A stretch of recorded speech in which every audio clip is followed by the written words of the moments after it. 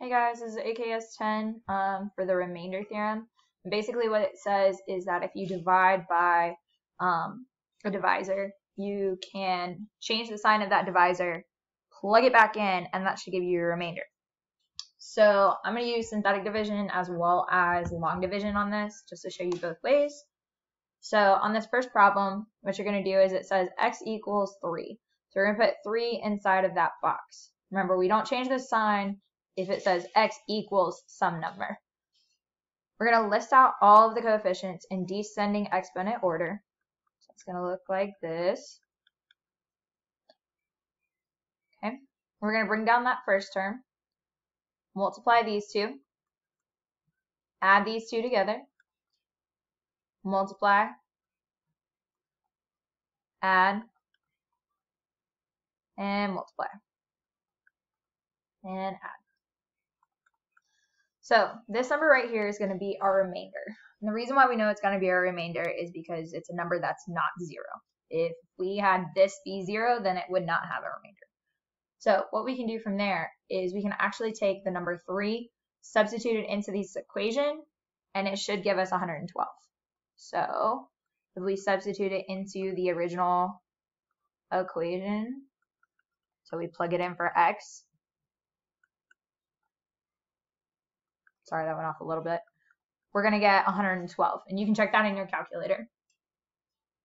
So basically all this is saying is that if you take the original number that we were given here, and you plug it in, you're going to get your remainder instead of actually having to solve it out like this. So we know that this guy right here is not an x-intercept.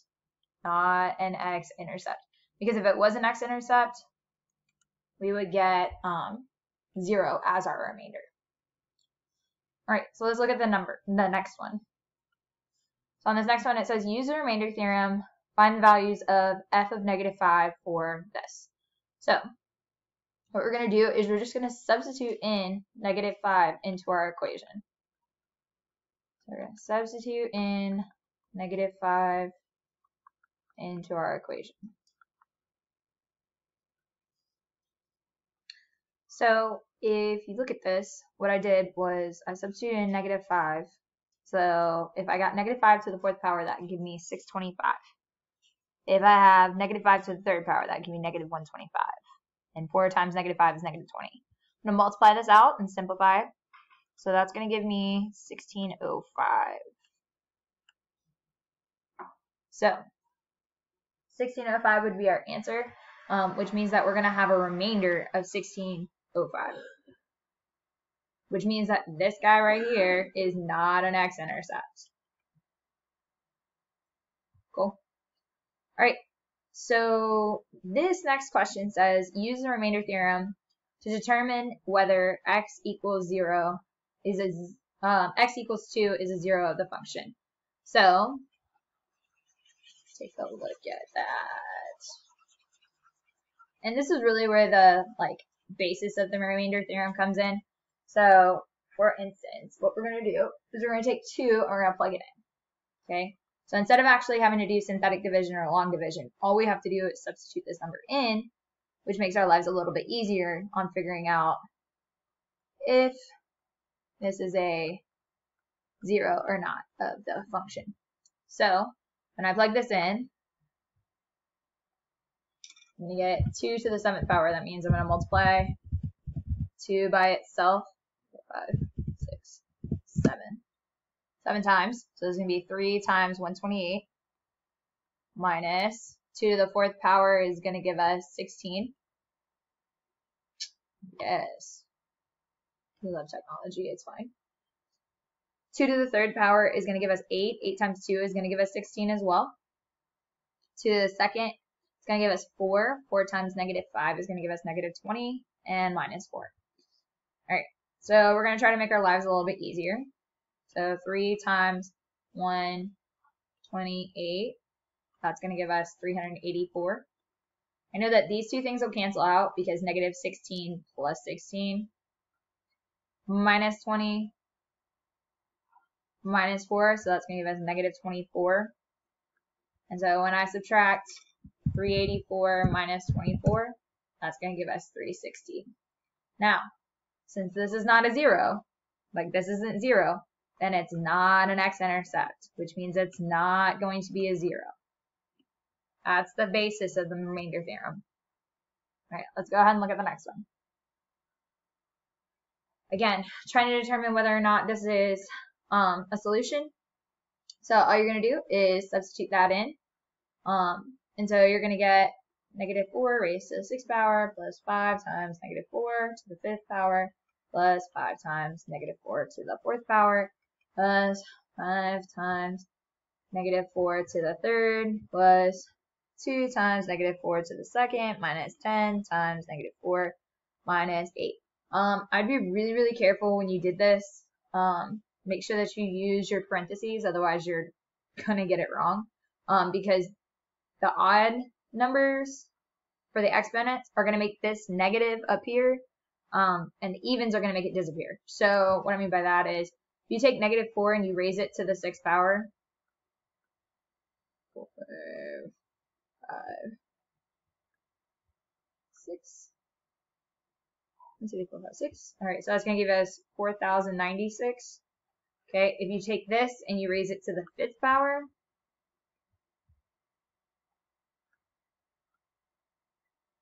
and you multiply it by 5, that's going to give us minus 5,120. I think that's what that said.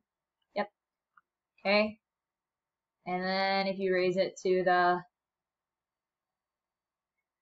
4th power, that's going to give us positive 1280. And then if you raise it to the 3rd power, that's going to give us, check about that. That's going to give us 320, negative 320. If you raise it to the 2nd power, that's going to give us 32, positive 32. That's going to give us plus 40 minus 8.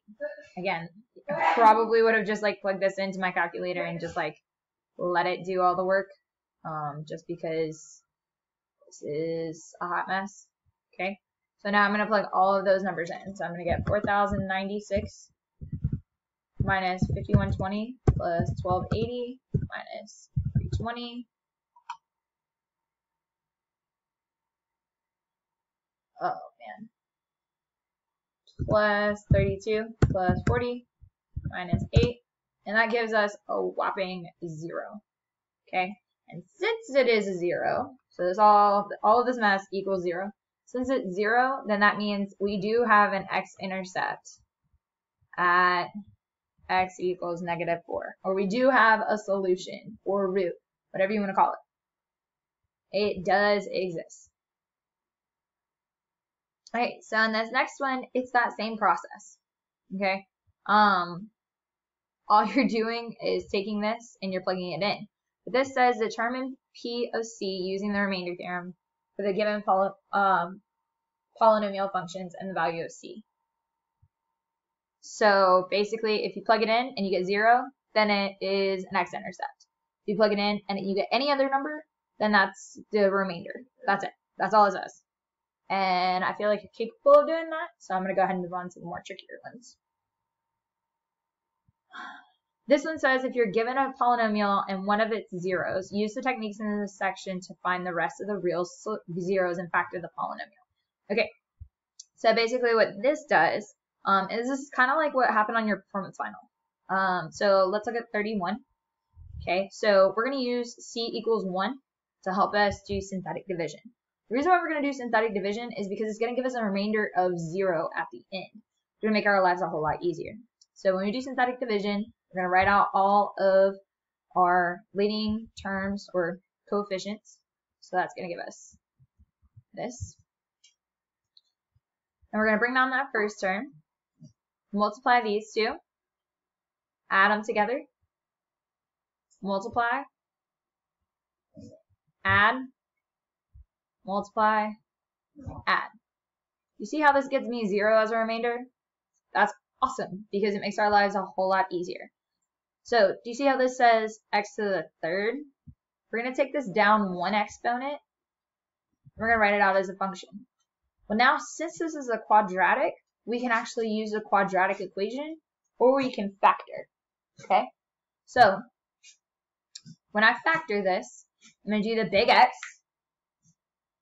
A times C is going to give me 6. B is going to give me -5. So what two numbers will make that happen? -6. Ooh, nope, sorry. This one everybody messes up on. -3 and -2. So this can be rewritten as an x minus 3 and x minus 2.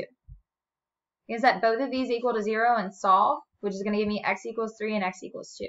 So this has real zeros at x equals 3, x equals 2, and x equals 1, because that was given to us in the original problem. All right, so let's go ahead and look at number 32. Okay, so on this one, what's going to happen is that same process. So you're going to put 8 in the little box. You're going to write out all the coefficients. So that's going to give you 1, -24, 192, -512. And these numbers are going to be pretty terrible, so I would probably use a calculator. So bring my first one down. 8 times 1 is going to give me 8. I'm going to add these together. That's going to give me -16. -16 times 8 is going to give me, ooh, we love that. It's so good. 8 times 16 is going to give me -128. And then I've got 192 minus 128. That's going to give me 64. And 64 times 8 is 512. All right, again, this gives me 0 as a remainder, which is awesome because now I can actually factor this and make my life a little bit easier. So I'm going to take this exponent down 1. Okay, so it's going to be x to the second power minus 16x plus 64. Okay, and that's going to give me, if I factored this, I'm going to get a times c, which is going to give me 64. My b is going to give me -16. What two numbers will make that happen? -8 and -8. So this will be x minus 8 times x minus 8, which means that if I set both of these equal to 0 and solve, x minus 8 equals 0, and I solve for x, I'm going to get x equals 8. So this will have zeros at x equals 8, and I'll also have a 0 at, nope, that's it, x equals 8, because our original was also 8. All right, so the last one I'm going to do with these, just to kind of give you a feel, but I'm going to do 34. 33 is pretty easy, and it works the same way as 34, but 34 is going to be just cleaner numbers. So I'm going to take 1/2 and I'm going to put it in the box, and I'm going to list out all my coefficients. All right, I'm going to bring down this first term. I'm going to multiply 1/2 times 2. That's going to give me 1. I'm going to add these together. That's going to give me -2. 1/2 times -2. That's going to give me -1. Add these together. That's going to give me -12. 1/2 times -12 is going to give me -6. Add those together, and those will cancel out. Take it down by one coefficient, or one exponent. So that's going to give me 2x to the second minus 2x minus 12. So I just wrote out these terms. Right, so now I'm going to factor. So a times c is going to give me -24. My b is going to give me -2. So what two numbers will make that happen? -6 and +4. Now, since this has a coefficient that's bigger than 1, we're going to have to do the box method. So that means I'm going to take my first term, and I'm going to write it in the first box. Last term, put it in the last box. And these two terms, I'm going to write them here and here. I'm going to take the greatest common factor of each. So it's going to give me 2x here, -6 here. This will give me x right here. And this will give me 2 right here. So this will have x plus 2 times 2x minus 6.